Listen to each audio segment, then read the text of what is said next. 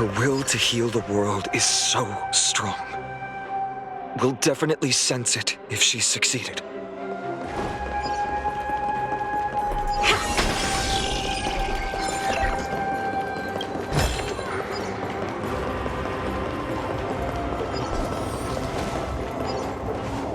Oh, Sky Father Kefali, please forgive these ignorant and lowly children of humanity. They are so utterly naive that they think of the golden-blooded heretics as deliverers. This blood-red sky and the raging flames and demons throughout the land will purge their foolishness. Kindness. Lord Deliverer, why don't you join me in praying to the benevolent Kefali? Cast your eyes on this ravaged land. All of this, sins committed by you, blasphemous heretics.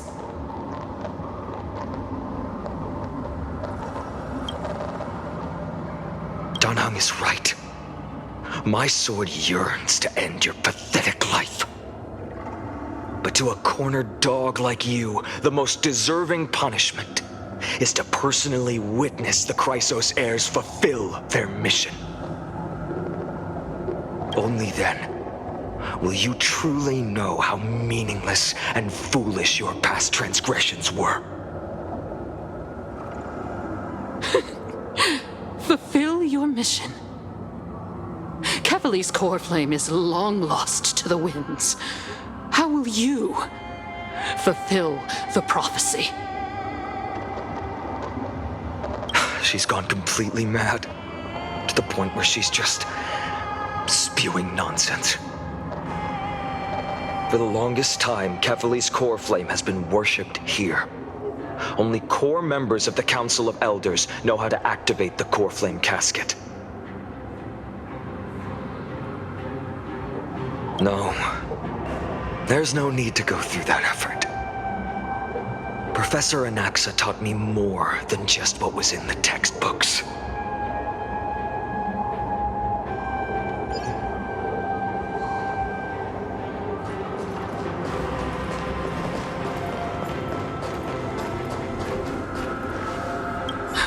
The sins of the Chrysos heirs have finally transformed into divine punishment. None of us. No one can escape.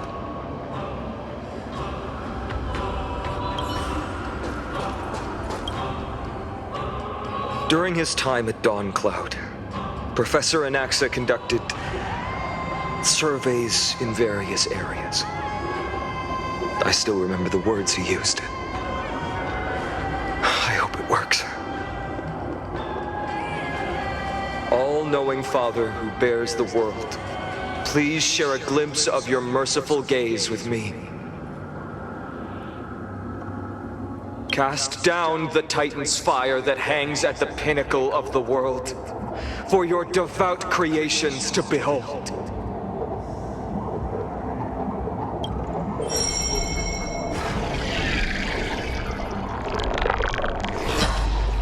It worked. One step left to undo its arcane seal. Partner, I may require your strength again.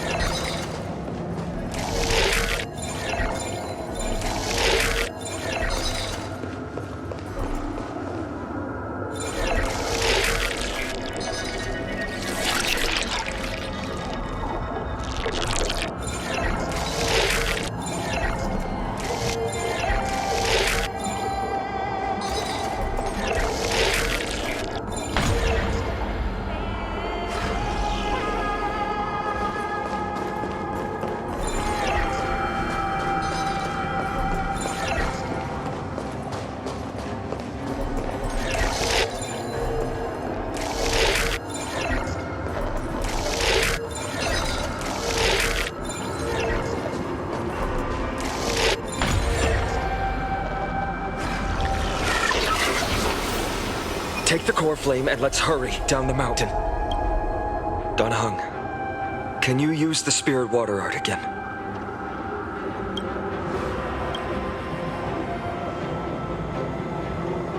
Is this also a result of the black tide? Looks like all we can do is sprint down the mountain.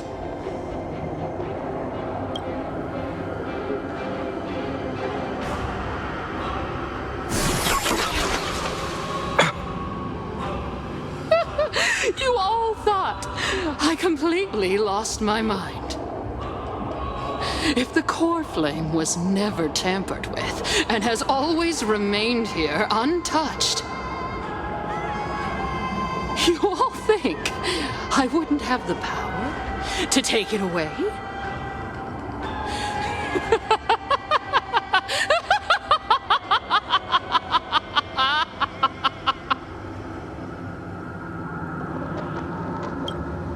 Partner, calm down.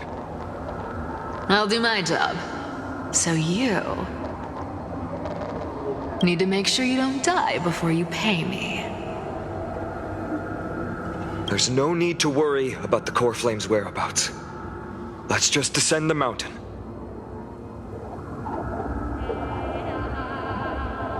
No need to worry, but... Before setting off to defeat Aquila, I entrusted Miss Cipher with the task of protecting Kefali's core flame while we were gone. By any means necessary. If the core flame isn't here, that means she must have done something to it. In other words, she fulfilled her duty using her own means. We just have to focus on getting to the vortex of Genesis, and Cipher will meet us there for sure.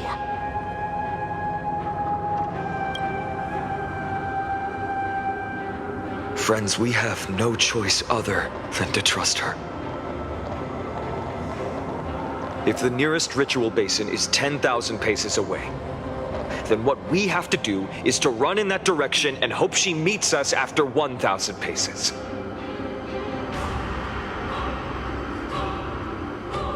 If she doesn't show up, we will keep going and trust that we will see her at 2,000 paces. 3, 4, 5,000. I will keep hoping with the same resolve all the way. Until she shows up in front of us with her usual rebellious attitude.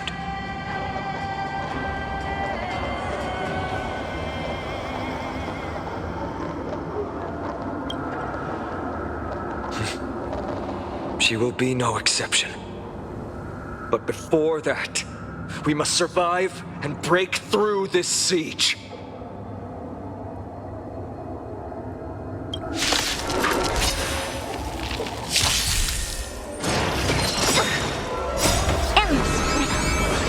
Nothing but a ball. Time to twirl! Expand your things. Glimpse the unknown. Time to twirl! Harmony and unison. Stars echo.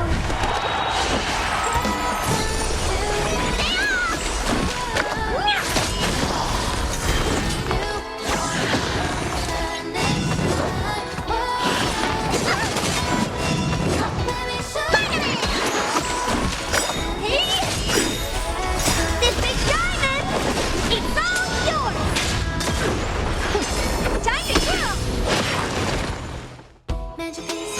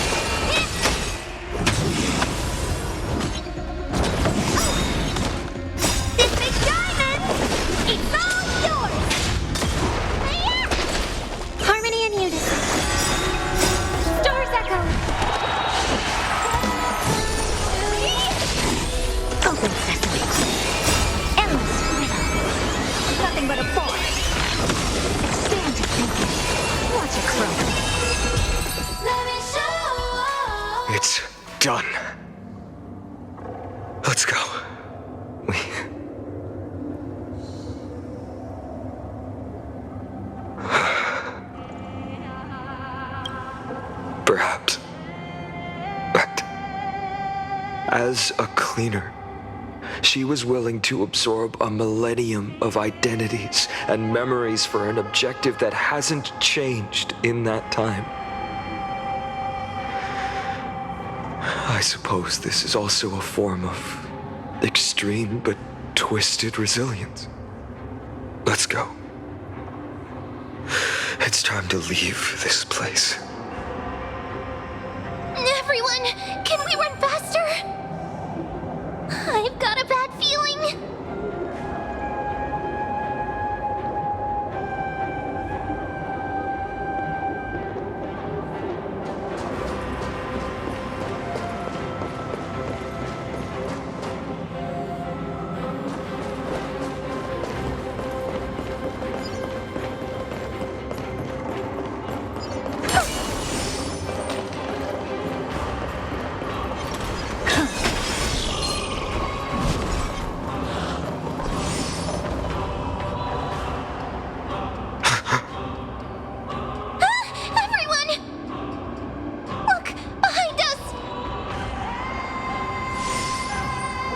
In the end, they still showed up.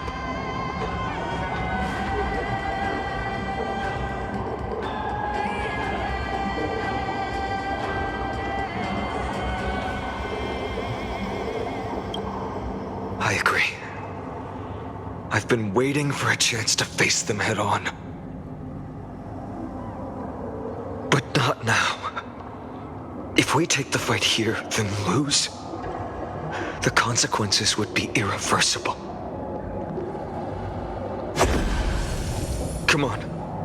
We have to get out of here. Keep running and never turn back.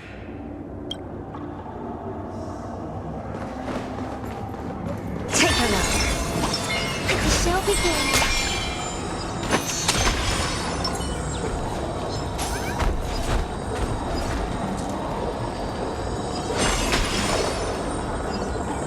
They will catch up to us sooner or later. Keep running. Don't stop.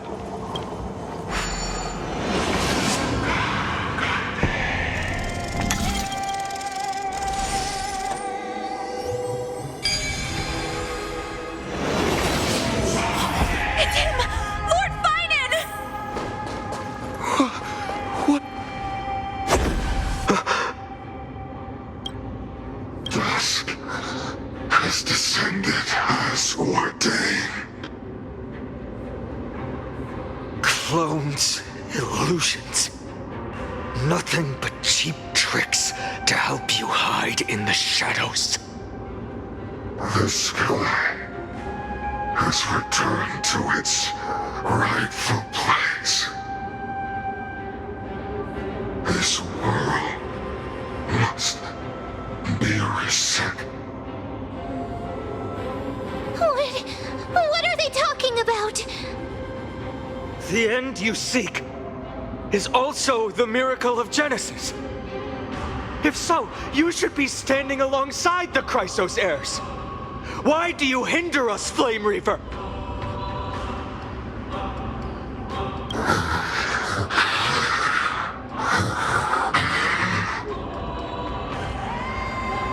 Dusk has descended as ordained. Must reset.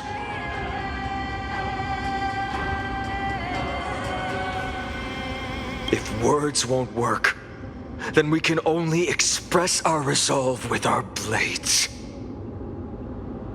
We shoulder the fates and futures of too many people. We will not fall here!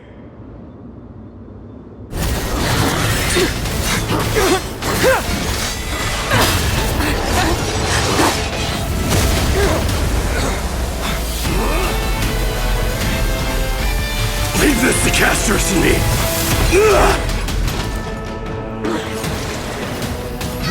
Over here! Go!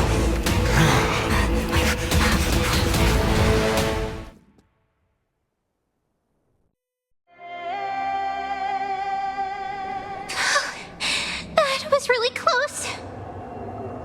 too early to relax. The Flame Reaver is a master in the art of deceit. Even Mighty may not be able to restrain them. I never thought I would leave him alone on the battlefield twice. But now isn't the time to be thinking about this.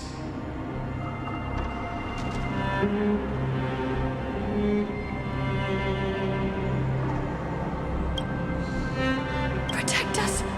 Sky Father, save us!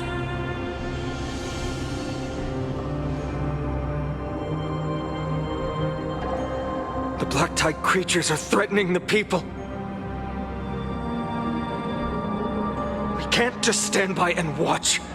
Let's end this quickly.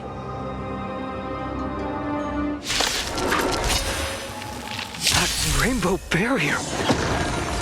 Harmony and you. It's okay, it's okay. Expand your thinking. Time to twirl!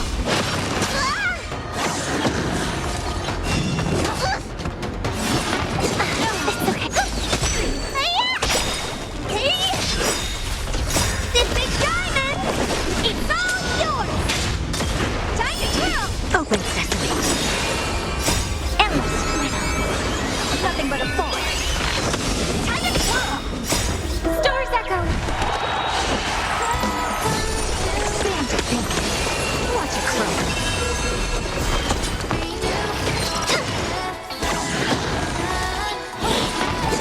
Fully! What's in your prescription? Fully! Open sesame. Time to twirl!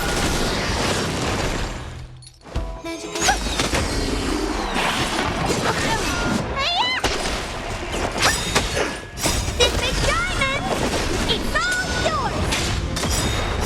Endless widow. Nothing but a force. Amazing. But then again, it's me we're talking about.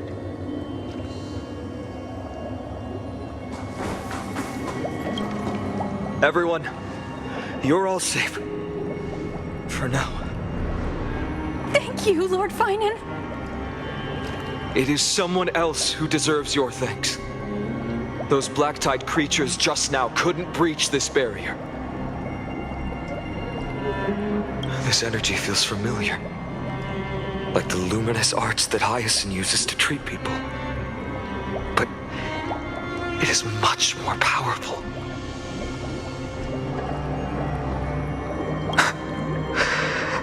Yeah. Citizens! My companions and I can't stay long. Before reinforcements arrive, please do not step out of this barrier. This is a miracle left by the demigod Hyacinth. Please trust her conviction. Miss Hyacinth has also become a demigod, like Lady Aglaya. We understand. We will not leave her protection until you return, Lord Finan. I won't make empty promises. I might not be able to return in the near future.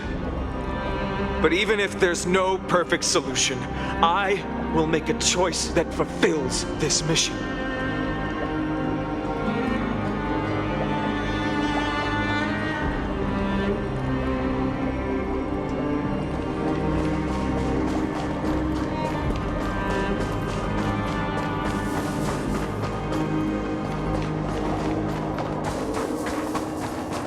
People in the market.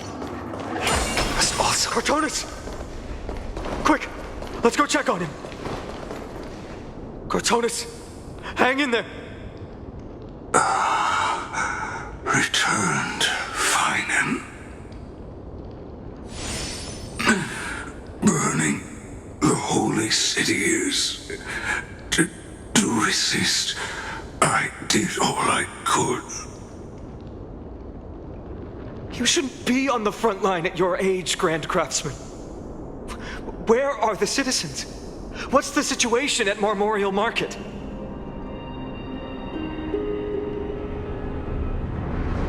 recognizing their escape. The holy city guards are.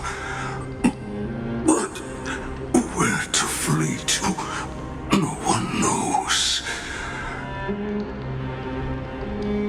Descended from the sky, the rainbow barrier did.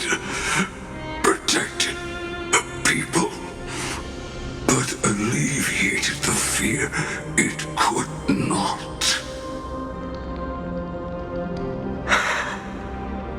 I fear this is Amphoreus' end, Cartonis. There is only one way to save our home. Finally come true, the Sky Father's prophecy.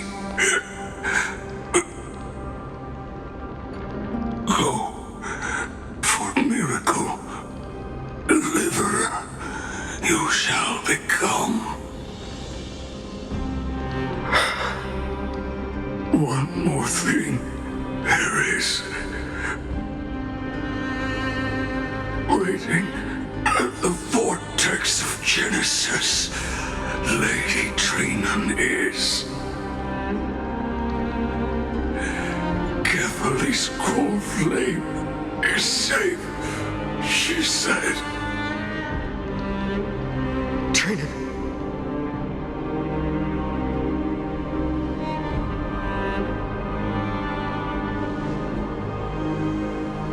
Urgent. The situation is. Leave them to me. The monsters. Died. I should have kept me here.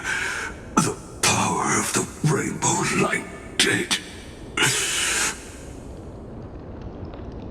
But if destined, inescapable death is, why not leave behind some glory? You've been forging nothing but glory your entire life, old friend. For others, and for yourself. May you never see the slightest glimpse of war in the New World.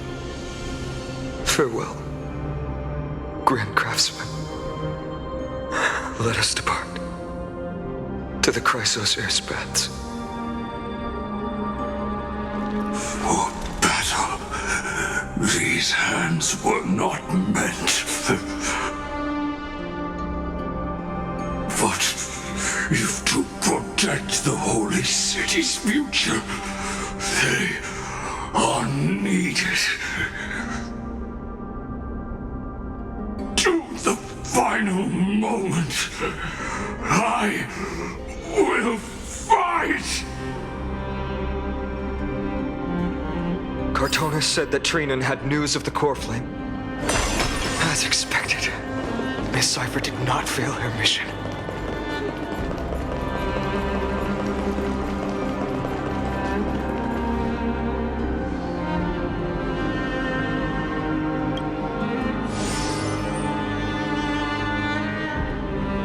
These buildings. I can feel it. Their memories are dissipating.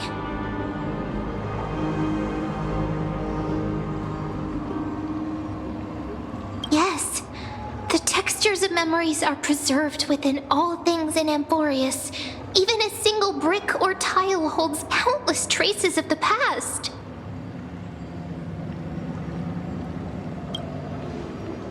There are no citizens trapped here, nor any signs of black-tide creatures. We have no reason to linger here. Let's head downstairs. The bath chamber isn't far away.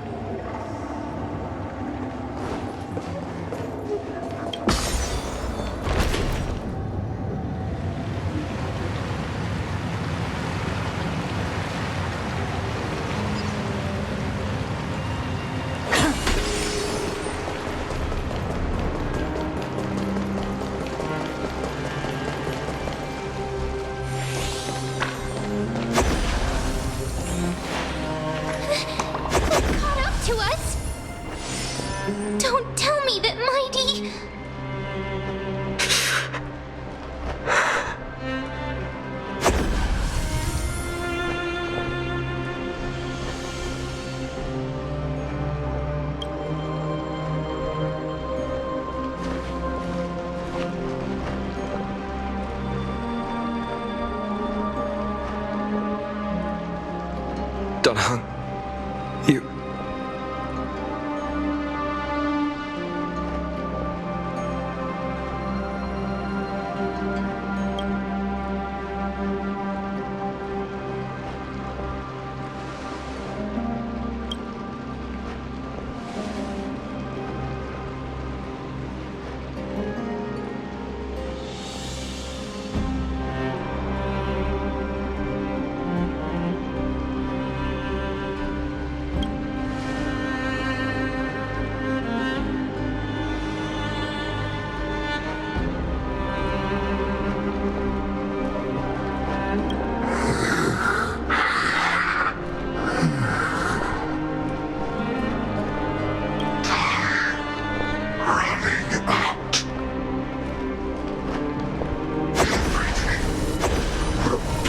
Reset. You better keep your word, Danhang. You cannot die here.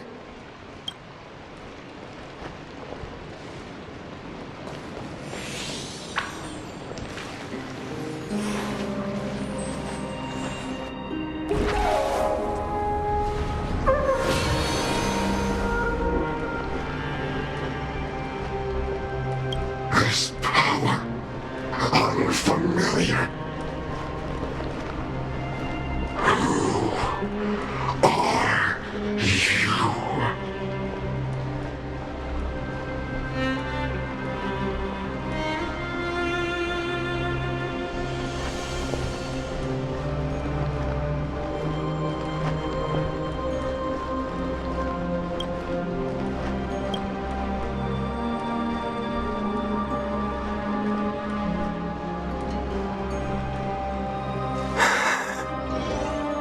Follow me.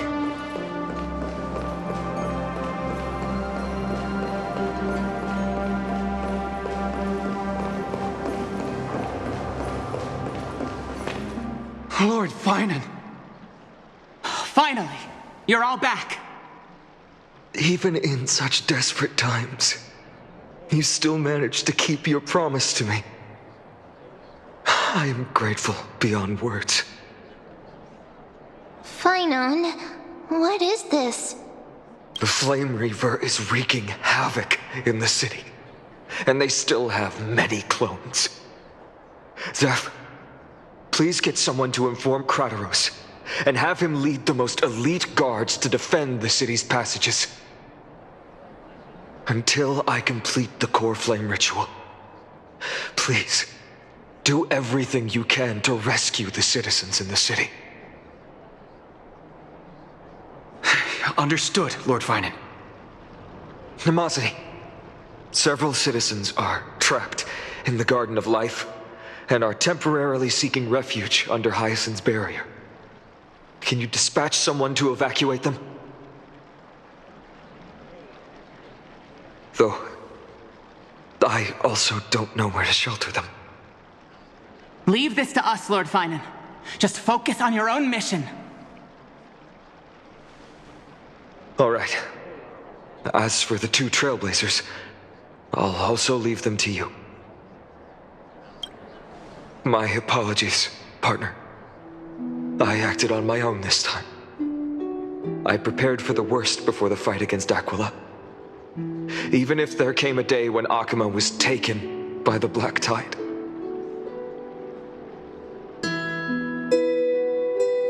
As long as we defeated Aquila, lifting the sky's curse, you and Danhang would at least have a chance to get home safely.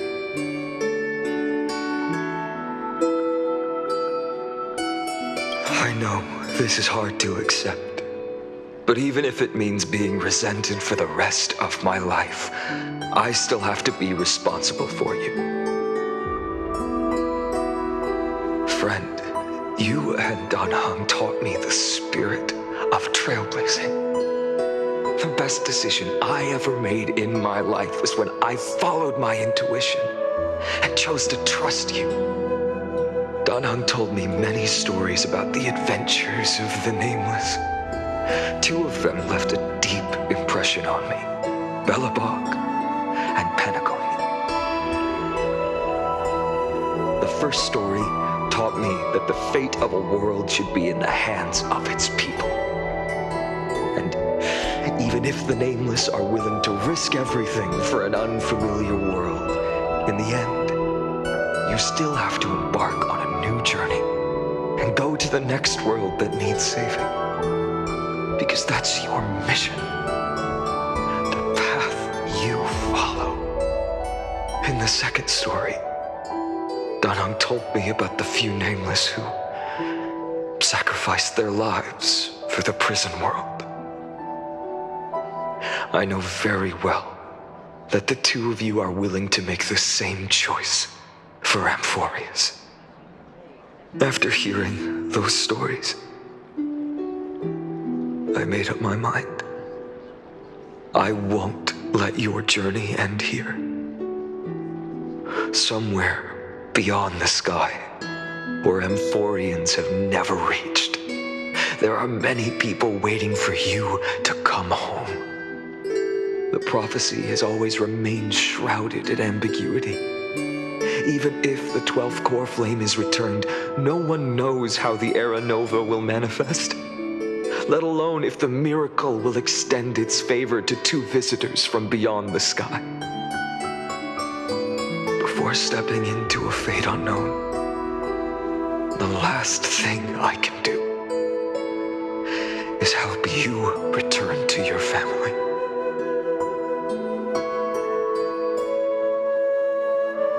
Please, don't worry. Lord Finan has already entrusted Elder Lygus to fix your transport. Lady Trinan's Sentry Gate is open on the main street outside Akima's walls.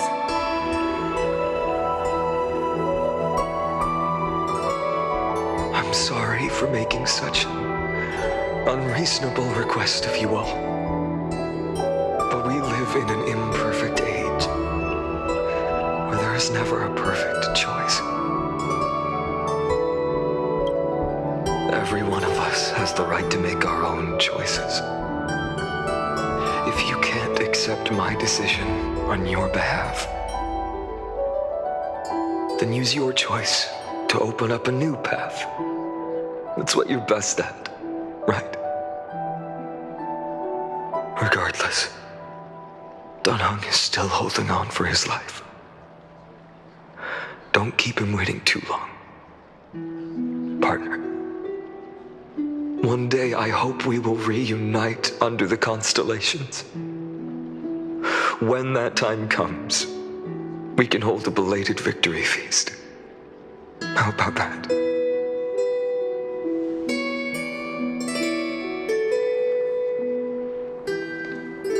The spirit water has dried up.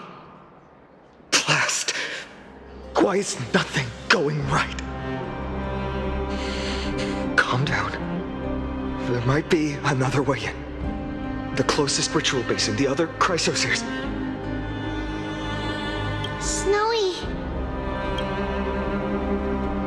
Trinan! I thought you'd be waiting at the vortex of Genesis. Are you all right? When Akima's night descended, all the spirit water dried up along with it. We anticipated that you'd be on edge, so we came ahead to wait for you. You've always been the ones who knew me best. Kavali's core flame. You know where it is? Yes. Little Syphi protected the core flame well. No one would be able to guess where she stashed it. Bartolos, you can come on out. I don't have to pretend to be an envelope anymore! That was suffocating. Bartolos? What in the world? Hey, you better watch your tone, brat. That core flame that the entire world is after is currently nestled in the depths of my bottomless tummy! This certainly was unexpected. Huh? Your reaction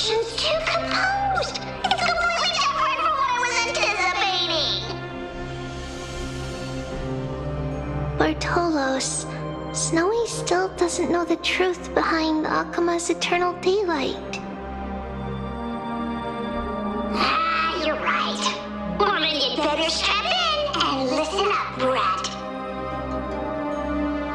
Earl Cypher spun a grand lie that deceived all of Amphoreus. She tricked all of you into believing that that giant ball on Kefali's back would cast light over Akuma forever.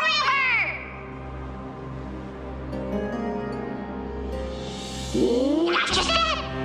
She even managed to pull that dumb ascension trial and allowed me, the great Zagreus, to survive!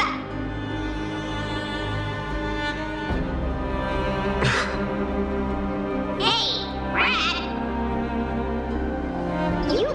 Still no reaction from you? Yeah, dang it.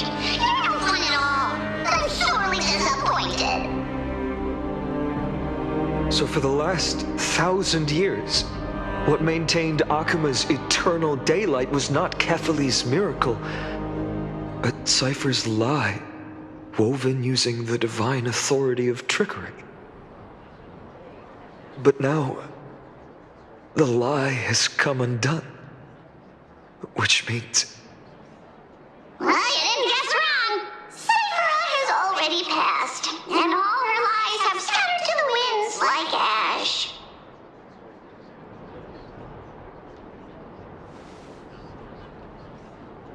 But you just said you, Zagreus, relied on Cypher's lie to keep living. If she is already...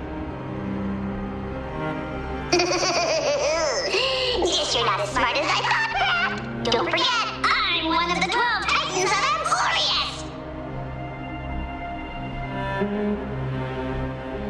And this core flame in my belly, is it not the core that maintains a Titan's life and divinity?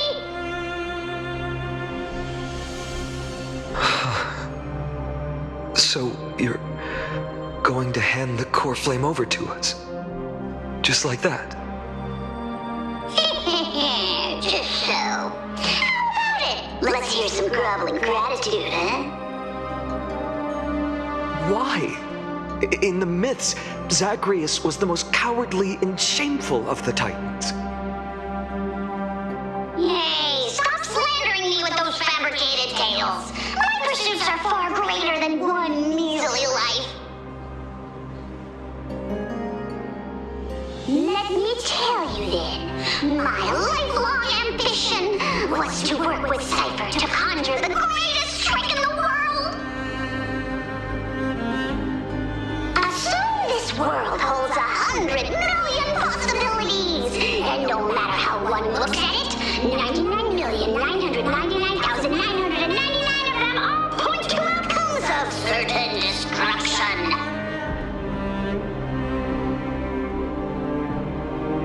But with an exquisitely brilliant scheme, we fooled all the fools, villains, and disasters of this world, and achieved that 1 in 100 million possibility.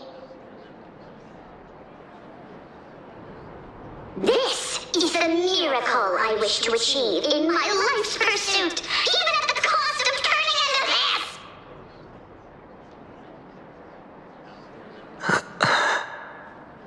Take the core flame with you, Brat. Go finish your mission.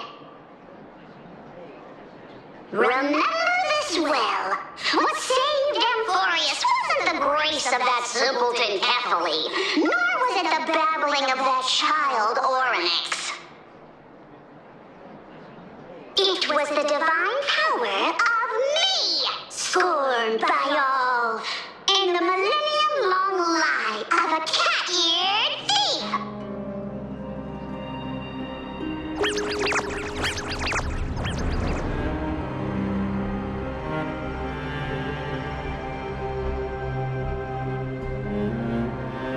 Strife, death, trickery. So those signs deemed as harbingers of calamity will also leave behind marks in the tale of deliverance. With this, the final core flame can be returned to its rightful place. the spirit water in the holy city has all dried up, we can try to break the sealing magic of Fagusa's priests and use the Century Gate to send you into the vortex of Genesis. But that will likely exhaust any remaining power of Yanis that we have. After that, the rest is up to you, Snowy. Farewells. I've almost grown numb to them at this point. Right now, I can't even utter a plain goodbye. Snowy. Don't worry, Trina. I'm no longer the empty shell that Aglaya brought back to Akama. For every companion who couldn't reach the end, their conviction to save the world became a part of me, piecing together the soul I once lost. I lost my home village, but you, Aglaya, and everyone else created a second home for me.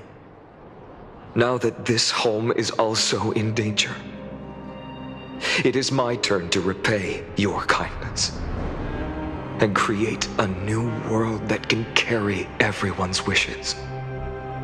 I hope that in that new world, a new sun will rise, bringing one dawn after another to all.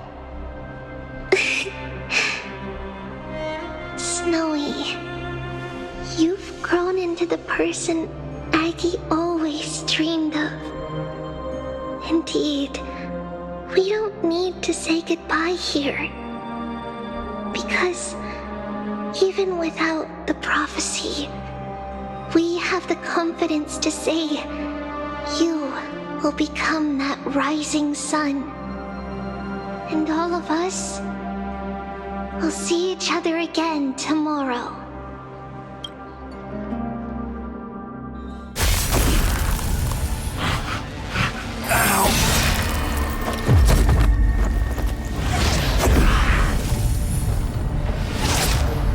All shall bid farewell to one, and that person alone will witness the miracle. Such is destiny. Become the dawn. Deliver.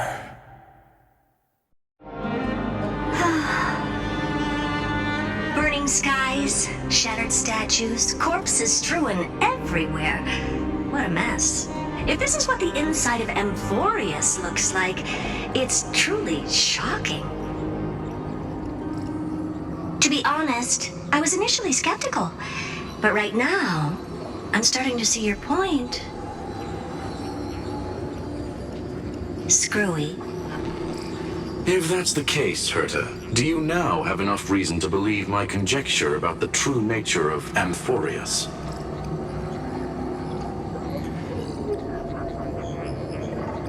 Let's not expand on that topic just yet. That Intellitron, Lygus, was it? He's not completely dead. That was probably a fake body. Something behind it is still defying us. I must admit, even if both of us worked together, it wouldn't be a simple task piercing through its defenses.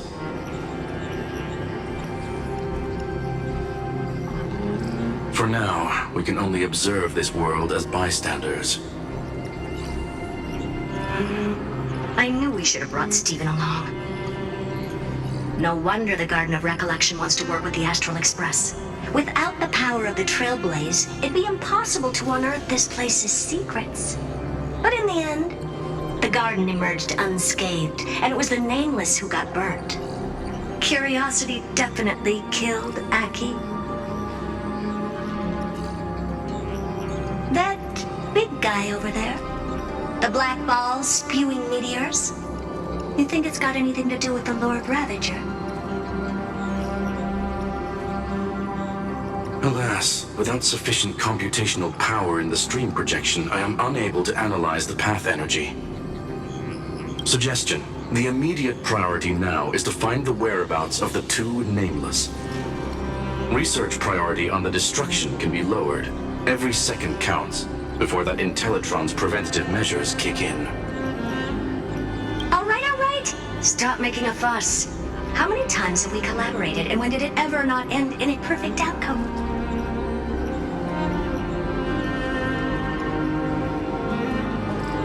Why not add another mission objective while we're at it? The card-playing memo keeper told me that the frozen Trailblazer girl might just also be trapped inside Amphoreus.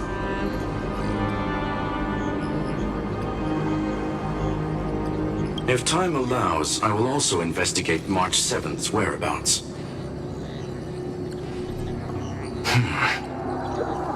Herta, do you hear that? A wave of desperate cries from the heart of the mountain city. The lives there are undergoing intense suffering. Conclusion. The butterfly has already flapped its wings, and an impending storm closes in. The Nameless are important allies, and you and I have matters to attend to, Herta. I beseech you. In moments when a choice needs to be made, one must not be distracted due to personal interests.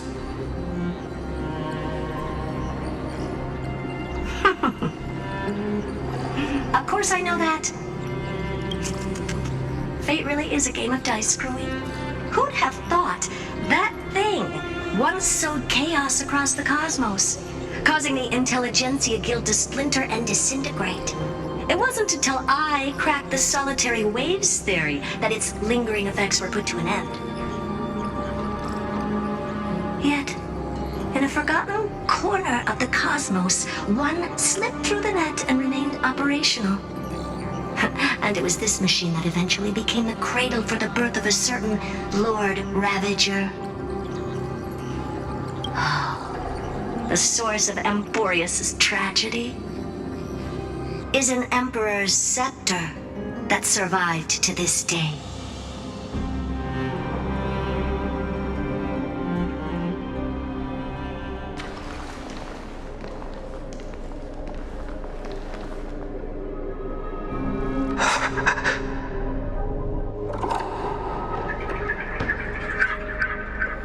This is what the world looked like originally.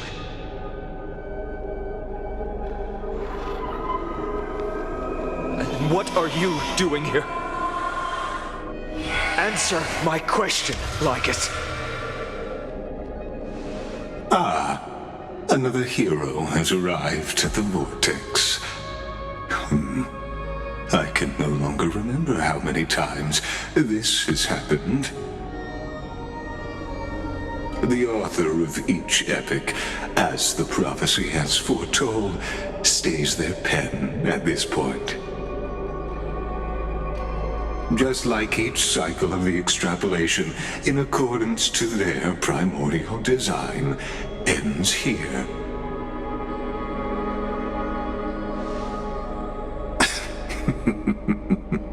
No need to panic, Lord Finearm. I stepped into this space purely for one purpose: to witness the prophecy's miracle of Genesis. You've never expressed interest in the Flame Chase journey. When my companions and I ran, bled, and sacrificed for the core flames, you never so much as lifted a finger.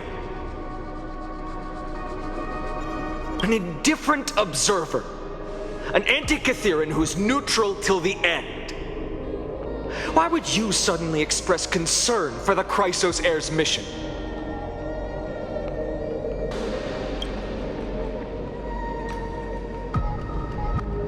When that lone swordmaster left everything behind, plunging into a sea of madness, I was on the shore, listening.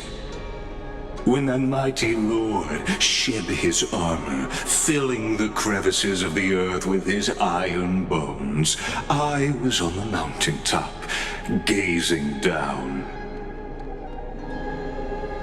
Across 1,000 years of the Flame Chase journey, I have witnessed the ardor, resolve, division, and unity of the Chrysos heirs with mine own eyes. Just as you were all born to shoulder the guidance of the prophecy, I too have bathed in the gaze of distant stars, have seen the deepest, darkest of destinies. I will become the most loyal reader of the epics, a spectator voraciously consuming the valorous deeds of you heroes.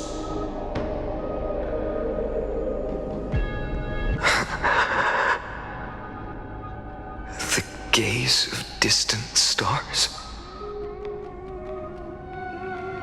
One day you will understand. But not now. At this moment, please disregard this observer and finish what you must, Lord Finon.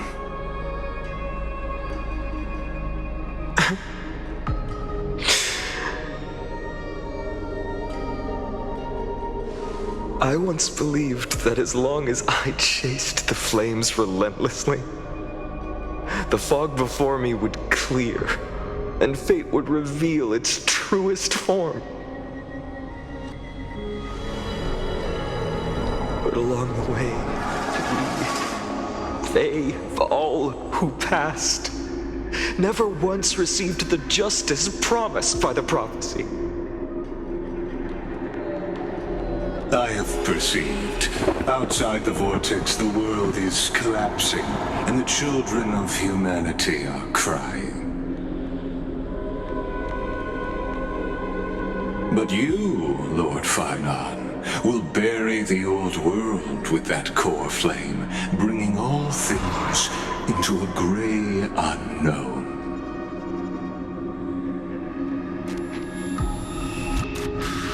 It doesn't matter. This cruel flame chase journey has made me abandon my fantasies.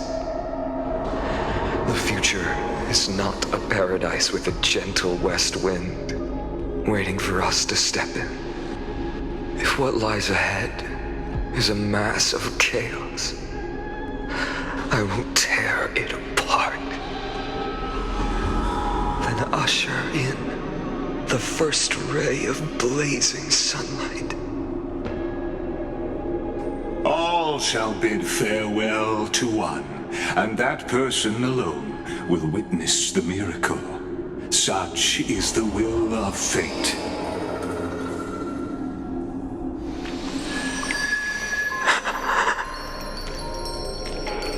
Yet this time, will an epic with endless cycles?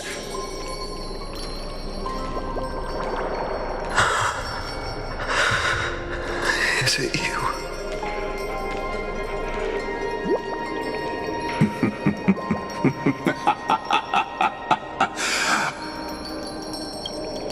Turn a new page.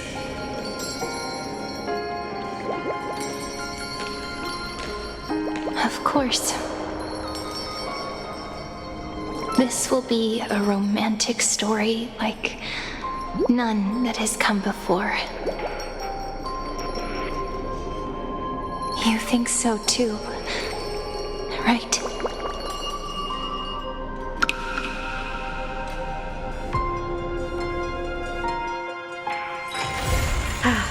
Need something? If not, then I'll be leaving.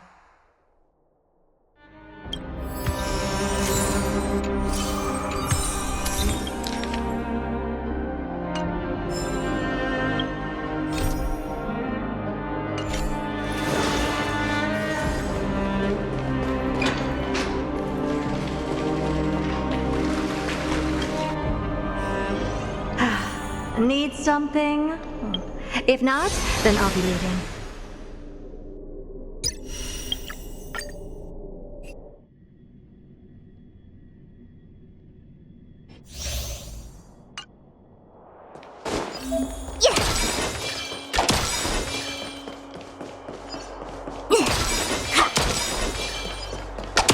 Feeling lucky.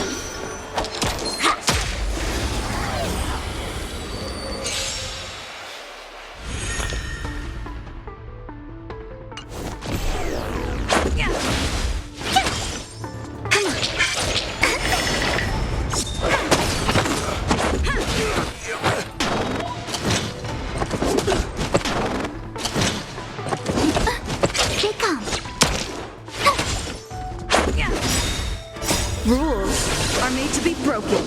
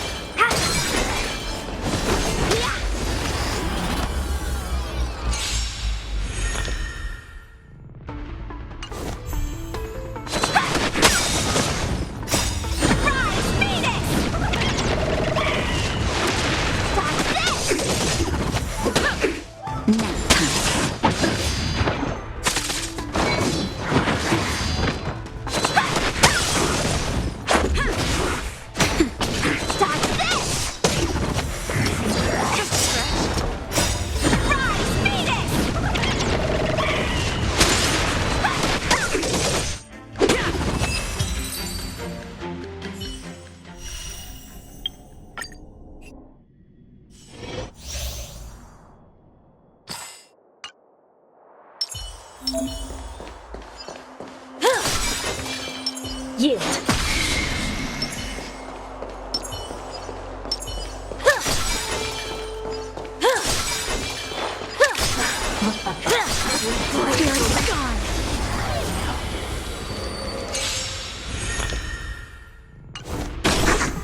I shall be the judge. Immortality. Net markers activate. Time for a good old counter.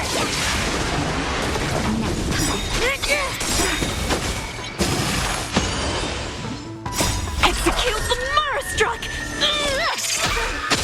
Knew I missed the Marastruck. Recount.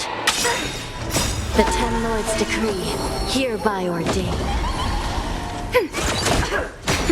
Entangle! You can't hurt me.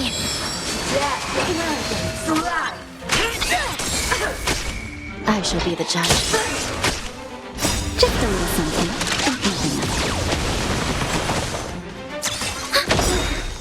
Net markers activate. Time for a good old counter. Nap time. To be reborn.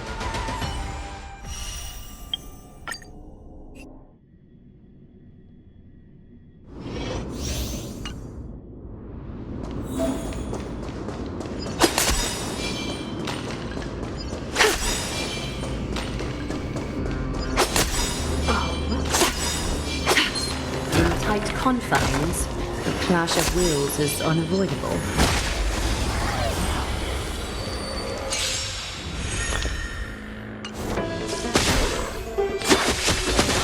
We can do it!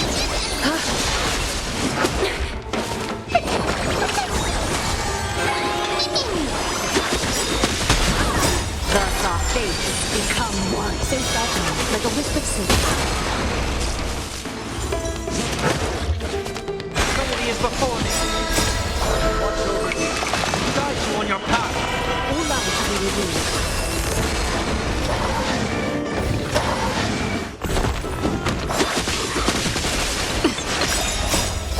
We can do anything! Since that time, like a wisp of silver. Fiends or devils, I'll crush them all!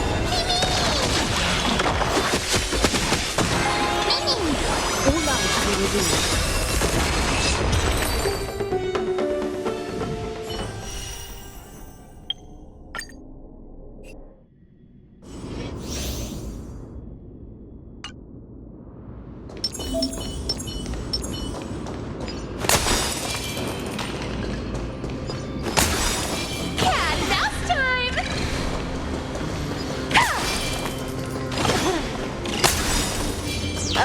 hair standing up.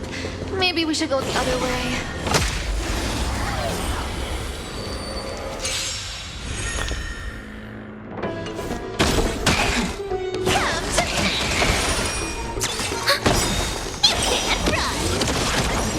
I weep for the departed. It too shall fall. Destined for oblivion. Found me. Net markers activated. Time for a good old counterattack. My friends? Indulge yourselves! I weep for the departed. It too shall fall.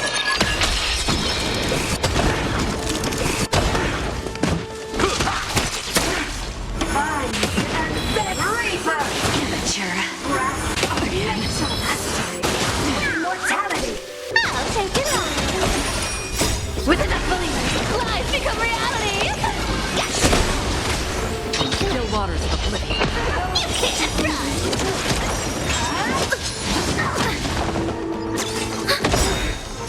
I weep for the departed. It too shall fall.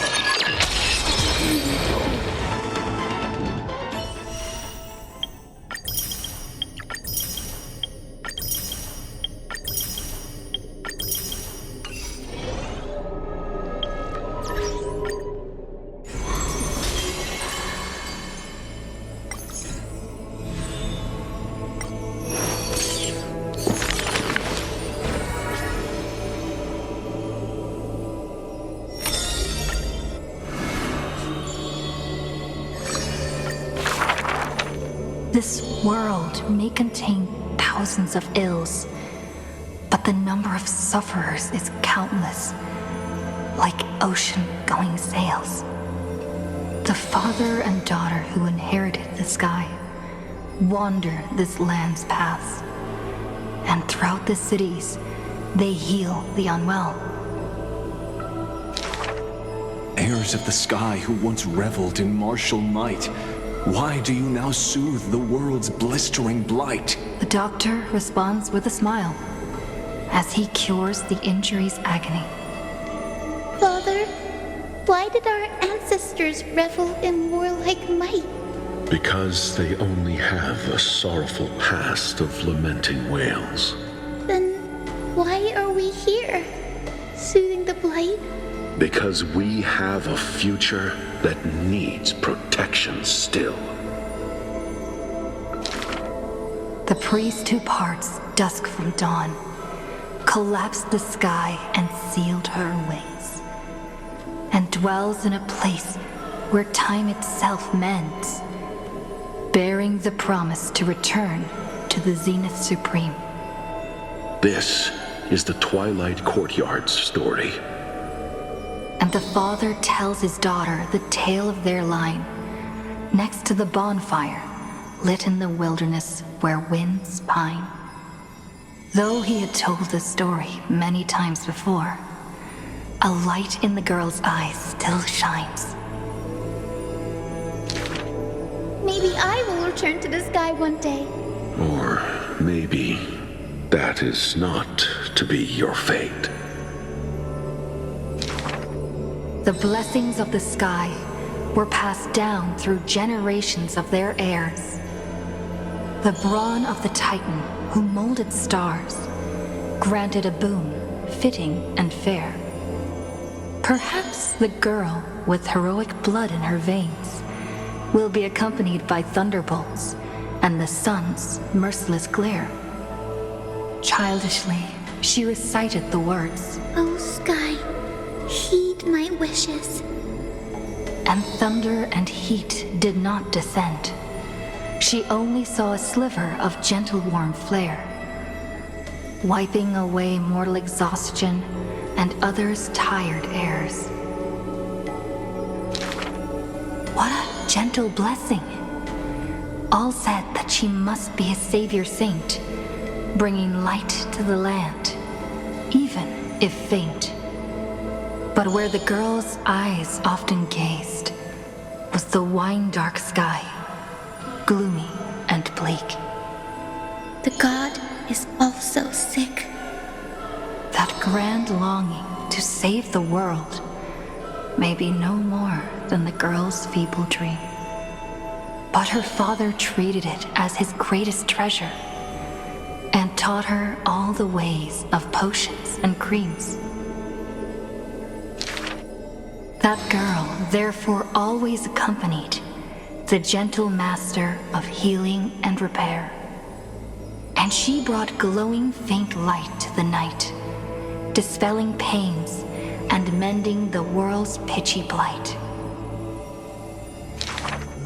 Father and daughter often rested in the silent courtyard under the giant tree. Yet today, at that place, only one solitary figure can be seen. On that night, the healer spoke to a visitor throughout the night.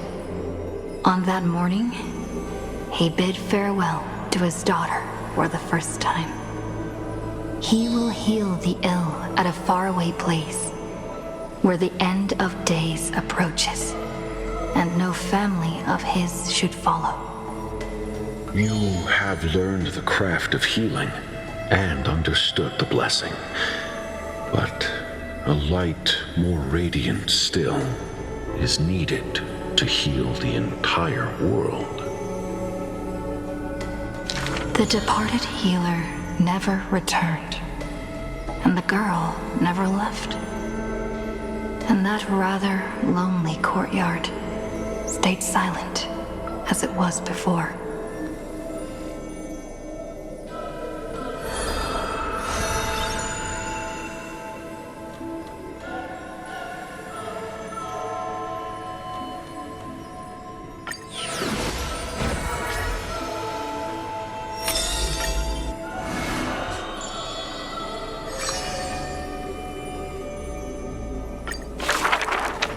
There are no swords here, only farming tools. Facing the ambitious boy, the shopkeeper kindly explained.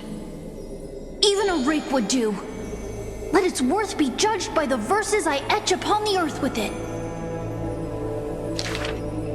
Many days later, the wounded child stood upon the scorched earth, and silently he buried the ruined tool. For that was his first sword, and on the day that the black tide came, he broke the shackles of fate with that weapon true. Let go of my beard, you white-haired rascal! No! Fine! You win, okay? That was the first victory claimed by the boy. A victory often mentioned in later years, and yet he never treated it with shame. I understood something thanks to his beard. The others hold their breath, waiting for his thoughts. But he only gives out one response. The victor must stay focused, and success will come when you work on nothing else. Those words became the foundation of his existence. Knowledge is also a power used to smite. While studying at the Grove of Epiphany, he etched this into his heart.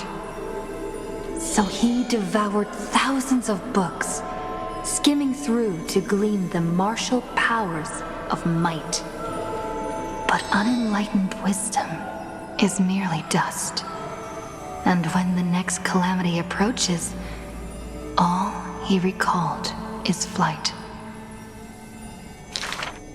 Thus, his books are always worn into shreds, for each book was read endlessly, till he remembered every detail slight.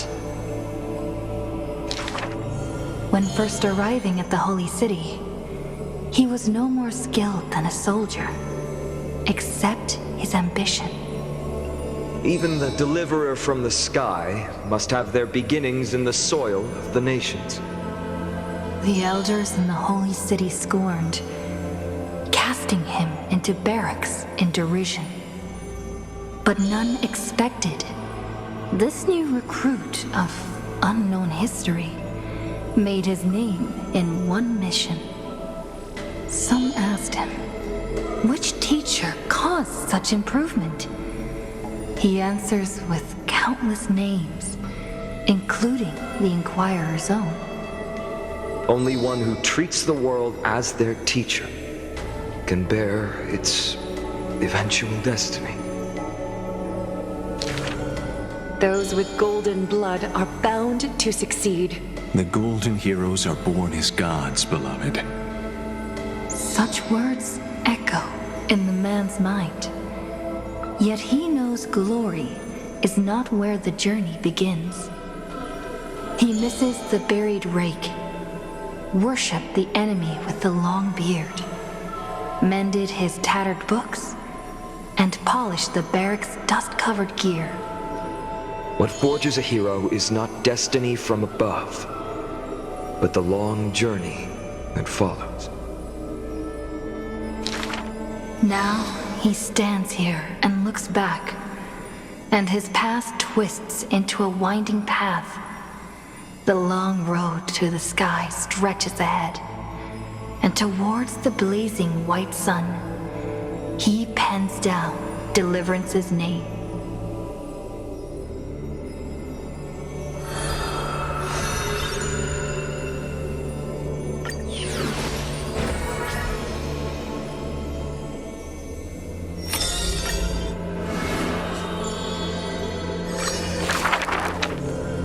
Dolus's suburbs, in a tiny weaving workshop.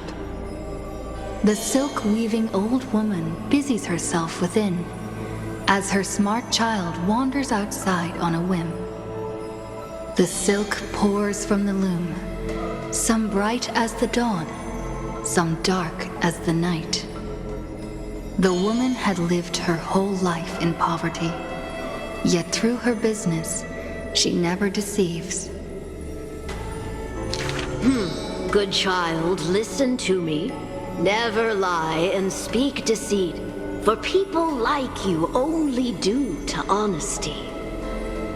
The girl smiles and nods, but her heart is drawn to the boundless desires of the bustling streets. And the grandmother is unaware that her handmade white dress has been stained by the mud of conceit. Madam, what is a bundle of white silk's price? Sir, only 2,000 balance coins. An honest price tag can only meager profit obtain. If we keep selling cloth like this, we'll stay poor for the rest of our lives. The girl complains to her grandmother, while sprouting countless plots and petty tricks.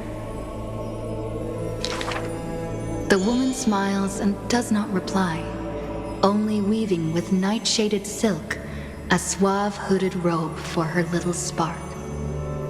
Why don't you take some of our goods and go into the city tomorrow to try out those pranks? The mesmerizing moneyed charm of Dolos City turns minds and tongues into a whirlwind of confusion. Even the girl who prided herself on sharp ears and a clever tongue could not contend with the myriad shifting face before her. She returns penniless and furiously seethes. I vow to the god of thieves that I will eventually empty those people's pockets.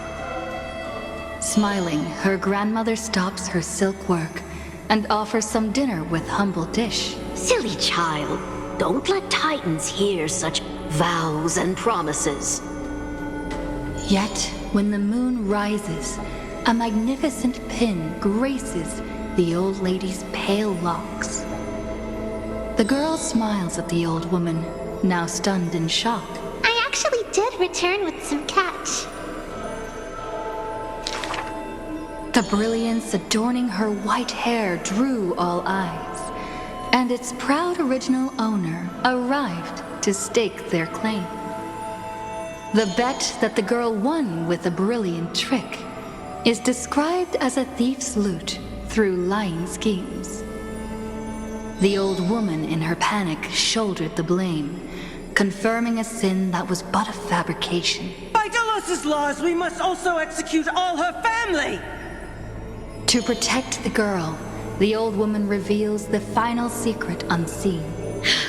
She's not my family, but just an orphan picked from the street on a whim. People thought this to be a lie, but the girl knows that her grandmother cannot deceive. Just like how she always glossed over questions about parents and kin.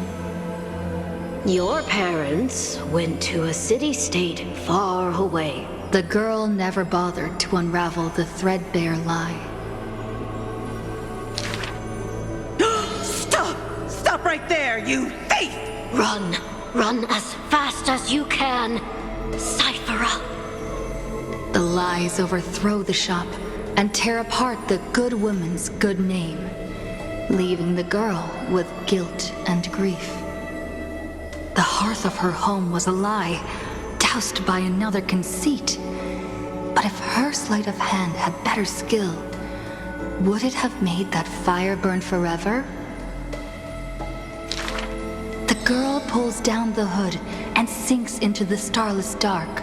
I vow to the god of thieves. And from that day, she never left empty-handed, her words woven with deceit. However, back then, the girl did not realize that the people did not covet one simple pin, but the golden blood flowing beneath her skin.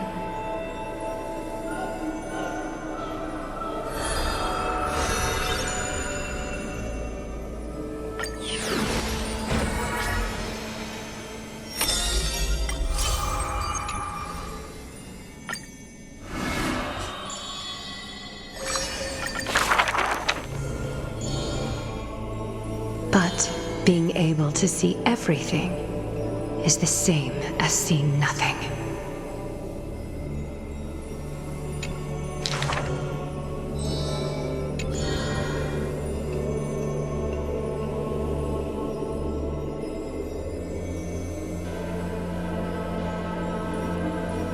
I heard that the Golden Goddess also likes to visit the baths.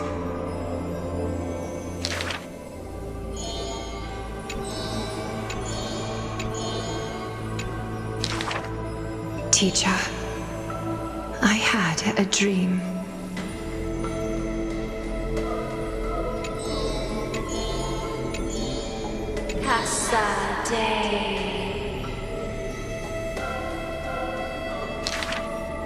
The dawn device is always glittering, and birds are always chittering.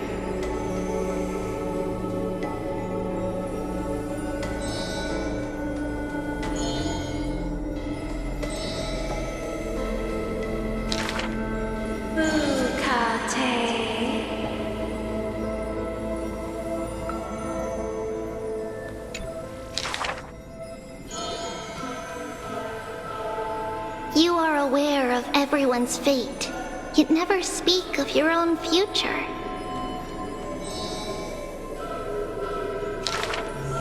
There's only one future for silken threads. That is, to weave magnificent clothes for others.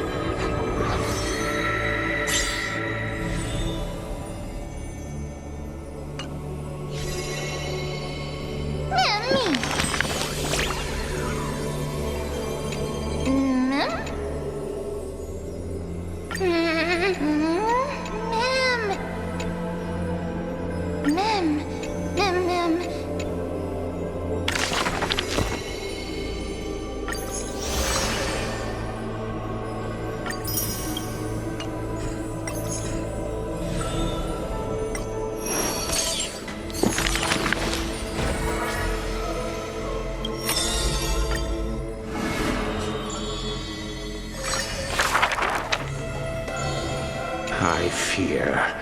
How can mere mortals defy the gods? I worry. How can mortal bodies reforge the world anew?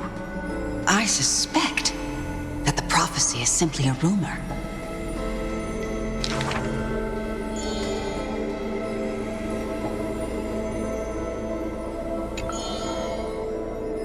overthrow the gods, it declared.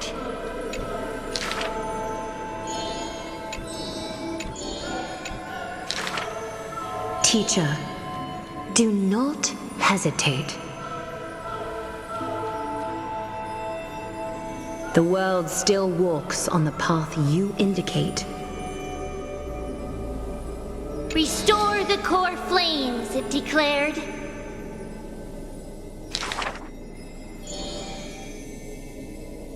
Stop! We only wish to live life as it is, no more. Cease! Our achievements already stand tall. Rest up! We only wish to live in peace and prosperity.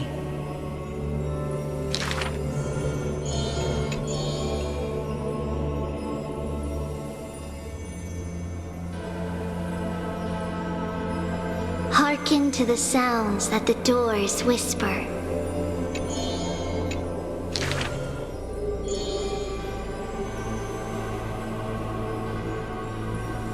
Please, be not afraid. We will definitely bring you to a new home. Lady Treaty, Lady Trianne, please, don't cry. Do not worry. We trust you always. Bear the divine authority, it declared. Quiet Trinan has little to say. Lively Trianne loves to play, and well-behaved Treevy roams around all day.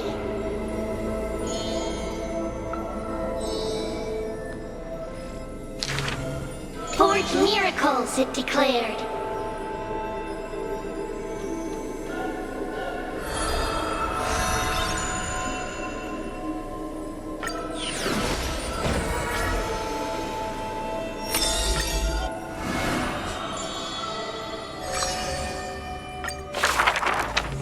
On the day that the grove fell, he accepted his defeat and demise, as if embracing truth and heresy.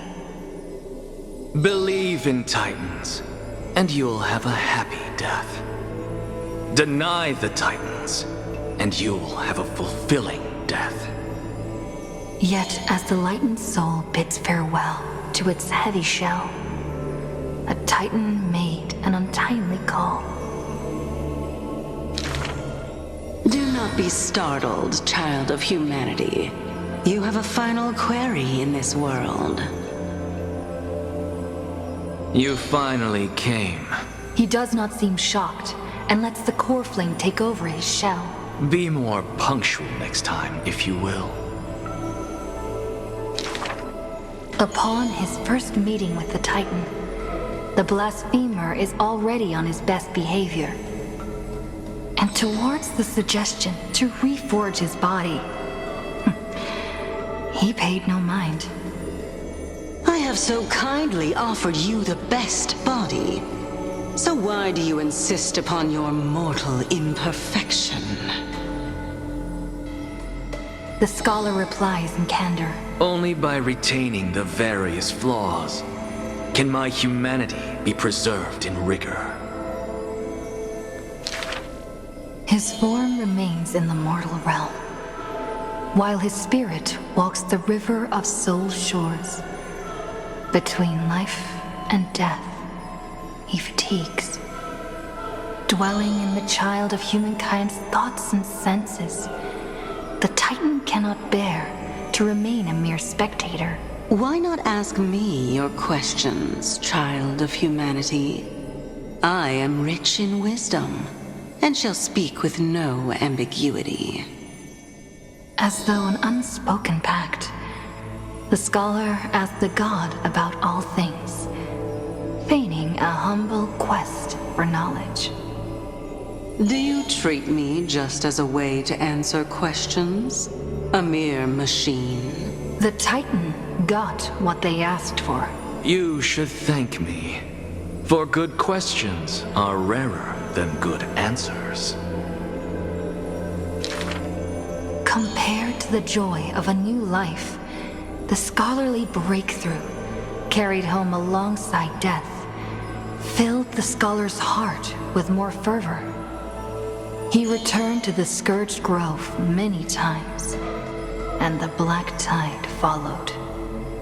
Despite his defeats, he never sought help or permission. But at every desperate moment, the Titan would eventually take over one half of his body. The union of man and God, a flawed and clumsy choreography. It happened but once, a perfect harmony. One man, one God, speaking in one breath. Stop stepping forward at the same time as me. The Titan once revealed the secrets of mixing life, a boon seemingly a blessing, but full of malice. What a tempting bait. But that's not my desired chalice. Divine power is within his reach, but the scholar is not moved by that essence. This long and abnormal temptation is also a trial of elevation.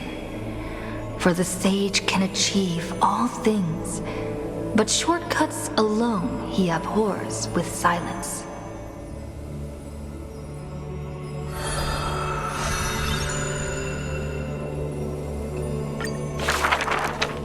Teacher. It was just a joke.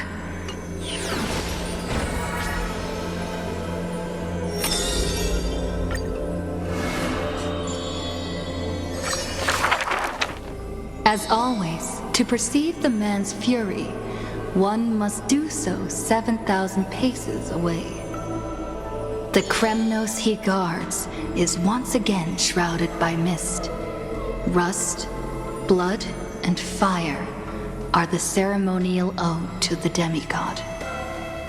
There is no one to witness or to give cheers of glory. The final Kremnos festival goes on without end. The victor shall embrace death and silence, and his glory will only be remembered by the defeated array. For that man, laws and seals no longer have meaning. War and battle never cease for a single minute, each passing day indistinguishable, morning and night entwined. The corpses pile up, filling ravines, forming mountains strong. He carved time with peak's edge and counted the fleeting years by fires of war. Sometimes the lion would climb to the hilltop to look down on the world and search for friends in longing. The distant heavens and earth stretched vast and boundless, but their endlessness felt ever more remote. Like Nikador, he cannot escape madness's clutches. Guarding the city alone and embroiled in war, the murmurs of the Black Tide constantly sound in his ears. Yet a flame soars up his chest every moment, casting light upon the indomitable path behind him. Memories seal the echoes of the past as the man strides into battle, fists clenched fast. He is the wound this world must bear, the new king before whom old gods despair. As stated in Idonia's poems, humans are born with eyes closed to accustom to this world's light, and their sight fades in old age to reacquaint with night's anthems. But the man did not bow to the decay of time, rejecting the lure of death's call. With each return from the brink of death, his eyes burn with fury, fixed upon his foes, until everything suddenly faded away, like a surging black tide, swallowing all into nothingness. The world dissipates, in the roiling black tide's requiem. Even the lion will one day die, a departure with no way back. With a sudden fall, his pierced chest hits the ground, and slowly flowing into the underworld is his golden blood departing his system.